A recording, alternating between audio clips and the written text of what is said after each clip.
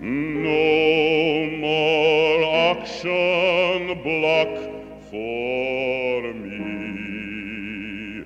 No more, no more, no more auction block for me. Why did we start with the singing of the great Paul Robeson?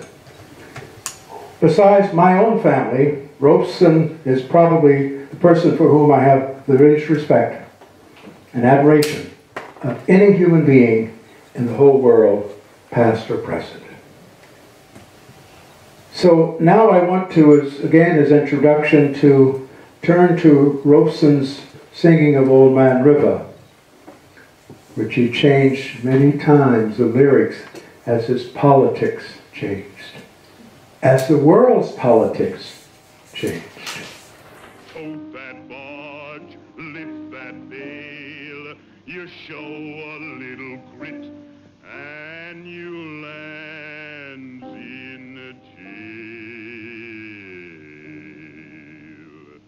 But I keeps laughing instead of crying.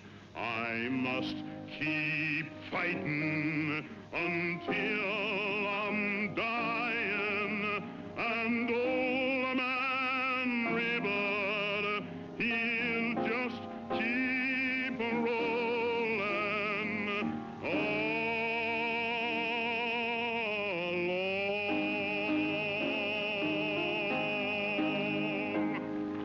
Robeson grabbed me when I accepted the position at Rutgers to head up a new African and African American Studies program. Before I got to Rutgers, that summer I went to East Germany, to the German Democratic Republic, and there was the first Paul Robeson archives in the world, and they had Robeson material that just overwhelmed me. When I arrived at Rutgers in 1970, Robeson's alma mater, to set up a department for the study of Africa and Africa America, not a single student had ever heard of Paul Robeson. So what we did at Rutgers, I thought it would be great to give a course on Robeson. I thought it would be great to ensure that he finally got an honorary doctorate. And we developed a Robeson Film Festival so that people in the community, people in the world, people at the university would know about this great human being. So I would say today that I'm an American who is infinitely prouder to be of African descent, no question about it.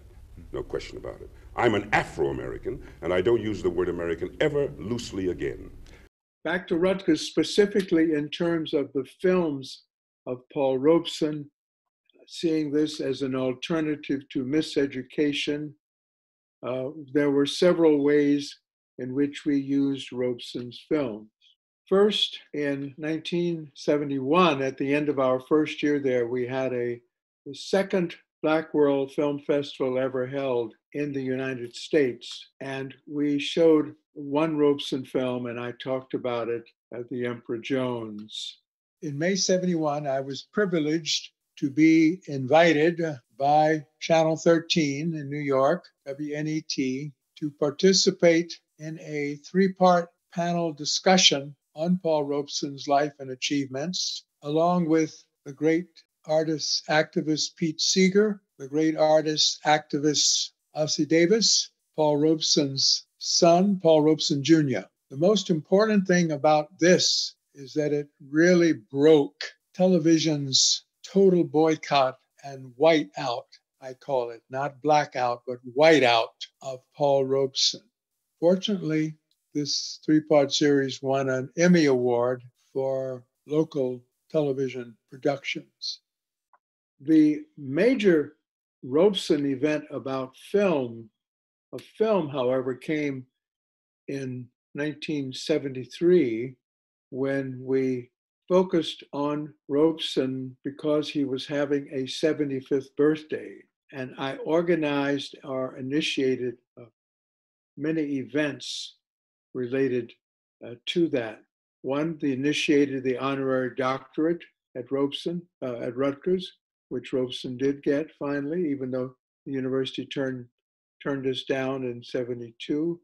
And we had a Black World Film Festival and Symposium focusing on the life and contributions of Paul Robeson. It was the first effort in the US to have a Robeson Festival.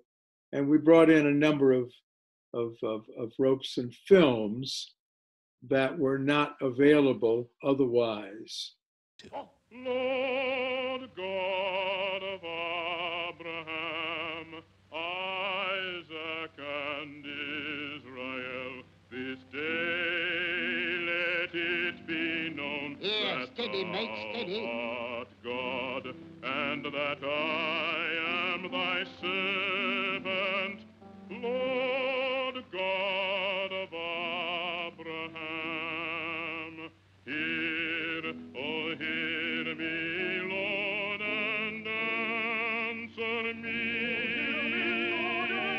Lord God of Abraham, Isaac, and Israel, oh hear me, oh hear me, and save me, oh that thou, Lord God,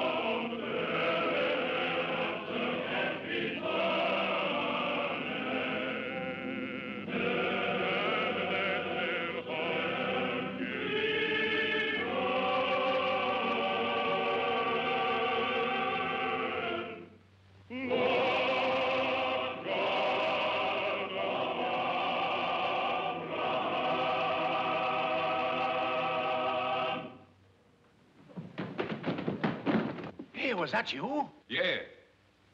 Was it all right? We focused on various aspects of his life.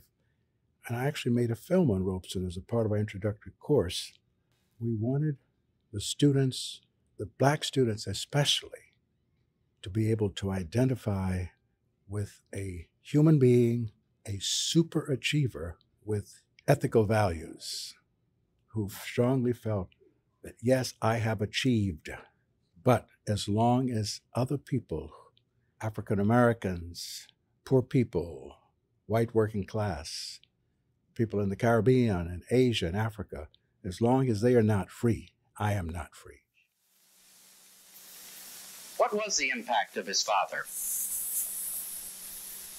Robeson lists three very important areas, three very important bits of advice that his father gave him. One, strive for perfection. Attain the highest possible, not in comparison with others, but in terms of one's own capabilities.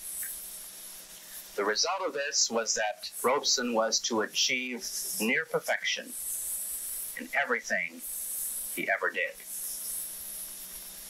The second bit of advice from his father was to pursue only worthwhile goals. He was advised to remain loyal to his convictions. And the third bit of advice was to have strong self-confidence. These lessons were to arm Robeson to face the obstacles and to fight the battles that he was to face as he grew up and grew into manhood in racist America. Without the Black student protest in the late 1960s at Rutgers, there would be no African American Studies program at Rutgers. Without an African American Studies program at Rutgers, there would be no Harold Weaver invited to head up that program. Without Harold Weaver heading up the program at Rutgers and bringing the desire to return Robeson to his appropriate place in world history, there would have been no National Endowment for the Arts, U.S. government grant to Weaver to celebrate a Paul Robeson Week at Rutgers. Without the grant from NEA, the National Endowment for the Arts, there would have been no honorary degree for Robeson in 1973. I am convinced that it was the grant award from the U.S. government's National Endowment for the Arts that gave the Rutgers University Board of Governance the guts to award an honorary doctorate to Paul Robeson, its most famous alumnus, in 1973, when we were still in the remnants of McCarthyism. I'm not being tried for whether I'm a communist. I'm being tried for fighting for the rights of my people. My mother was born in your state, and my mother was a Quaker.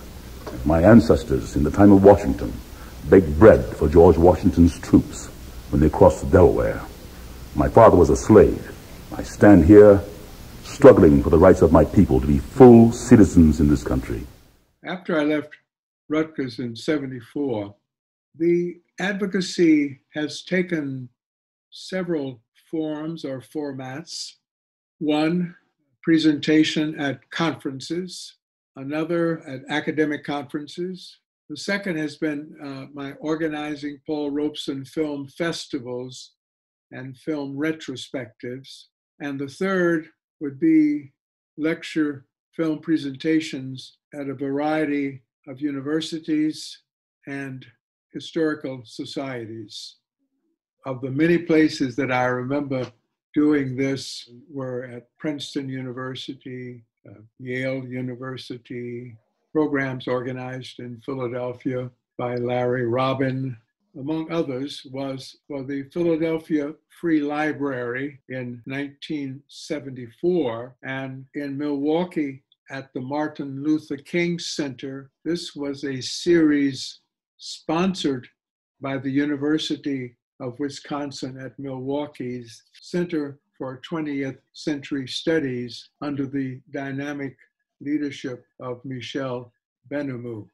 The most recent just took place in 2020, the Association for Slavic, East European, and Eurasian Studies, where we gave a lecture on a very important film made in the German Democratic Republic, or East Germany, called I Am a Negro, I Am an American. And we've managed to get some wonderful commentary, including commentary from Moscow. Our major presentations internationally have been in West Africa at the FESPACO, the Pan-African Festival of Film and Television. There I was the president of the Paul Robeson jury to award the best Black film from the African diaspora.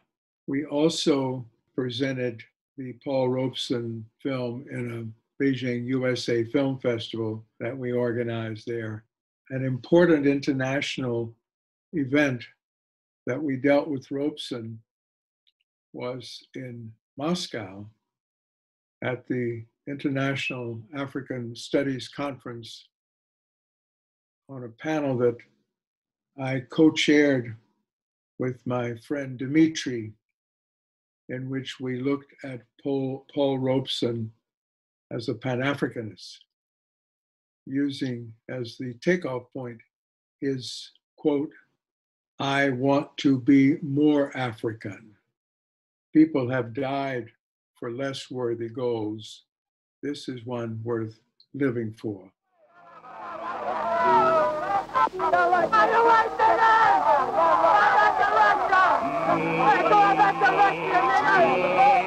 There was a policeman standing right next to the road. Just 40 feet away was a stone thrower. I tried to roll the window down, but it was so splintered I couldn't get it more than an inch down. And I hollered, "Officer, aren't you going to do something?" And all he said was, "Move on, move on." In other words, he knew all about it. The only time I actually ever was in the room with him was when Freedom Ways gave him an award in 1965. Congressman John Lewis was speaking there, and Robeson was very sick. And I remember even his wife, Essie, commenting that he should not be singing, but he tried to sing, and it just didn't come out. But I think the spontaneous singing that brought joy and happiness to so many people around the world is something that everybody talks about. I think the fact that he stood up to the evils of his government, the racism, the classism, the media whiteouts, I think the fact that he stood up to these things, I think is extremely important for young people and for other people. And the fact that he felt that he could not be free until other people were free around the world, I think that's a very, very important lesson that we should pass on